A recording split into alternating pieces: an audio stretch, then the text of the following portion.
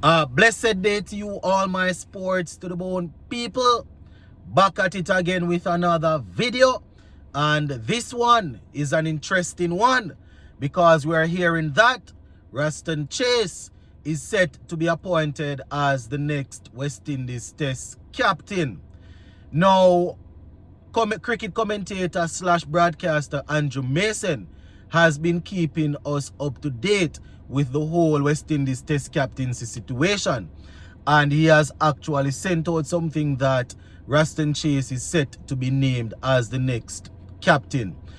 He's the one that gave us the information about the 6 players that were being looked at, Joshua De Silva, Tevin Imlach, Roston Chase, Justin Greaves, Jamel Warrican, and John Campbell. That's where we got that information from. So I am on the Sportsmax website here, and they are the ones carrying the article. So let's get straight into it. Just bear with me. I'm going to be doing some reading in this one. So the headline says, Roston Chase set to be named West Indies Test captain. Announcement expected Friday, which is today. Hopefully we'll get this one in before the announcement, and then when the announcement come, we can have a discussion about it. So it says Barbadian cricket journalist and broadcaster Andrew Mason is reporting that Roston Chase, the experienced Barbadian middle order batsman and all-rounder, is poised to be named the new Test captain of the West Indies cricket team. Right?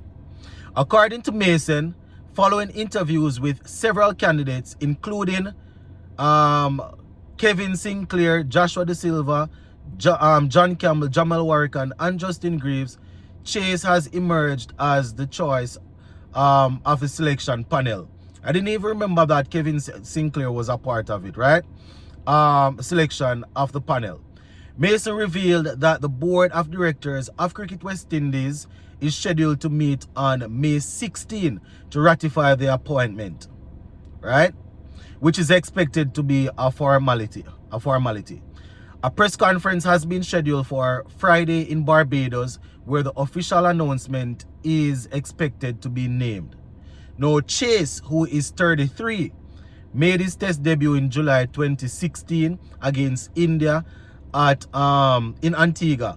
Right? They say in just his second test, he delivered a match defining performance, scoring a century and claiming a maiden 5-wicket haul, showcasing his all-round prowess against a strong India attack. That performance cemented his place in the side and remains one of the most memorable debut series for a West Indies cricketer in recent years. And I definitely remember that. Over the course of his career, Chase has featured in 49 tests, scoring 2,265 runs at an average of 26.33, with 5 centuries to his name. His bowling contributions have also been significant, with standout performances such as his 8 for 60 against England in Barbados in January 2019. One of the best innings figures by a West Indies spinner in Test history. He has also represented the West Indies in ODIs and T20s, making his ODI debut in June 2017 against Afghanistan and his T20 international debut at the 2021 ICC Men's T20 World Cup most recently. They said Chase has named Most recently, Chase was named in the squad for the 2024 ICC Men's T20 World Cup. If confirmed, Chase will take over the reins of the Test team from Craig Brathwaite, ushering in a new era for West Indies cricket. His leadership will be closely watched as the team looks to regain its standing in the longest format of the game. So that is the article there, my viewers and subscribers. I wasn't aware that there's a press conference scheduled for today. So the announcement is expected to come based on what they are saying. We definitely look forward to this, my people. We definitely look forward to this. It's a bit strange having I didn't even realize that he was 33. You understand? I was thinking he was probably 29, 30. But if they are willing to work with him, then him being a spinner and a middle order and a batsman, then they're probably looking at it that he might be able to give us another good 4 or 5 years. But if you look at all those games that he has played, 49 games, well, they will say he's an all-rounder. He averages 26, as I just said. Plus, he's usually very good with the ball. That is probably going to mean that whenever we're playing, we might not be going with two all-out spinners. Unless we're going into the subcontinent or somewhere there.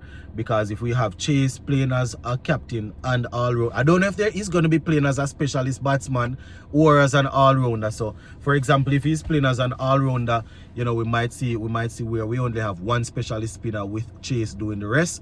And we know he's a good spinner, so it's not like it's not like we'll be losing a lot there. In terms of his batting, we have seen over the years where he has batted from number 3 to number 8 for us in Test cricket. So it's going to be very interesting to see how they go about it. You understand? This could mean that a whole lot of things. It could mean that we go with just out and out pacers, with Chase being the all-rounder. Usually would have like 3 seamers and then a seam bowling all round, that probably like a Justin Greaves or a Jason Hola.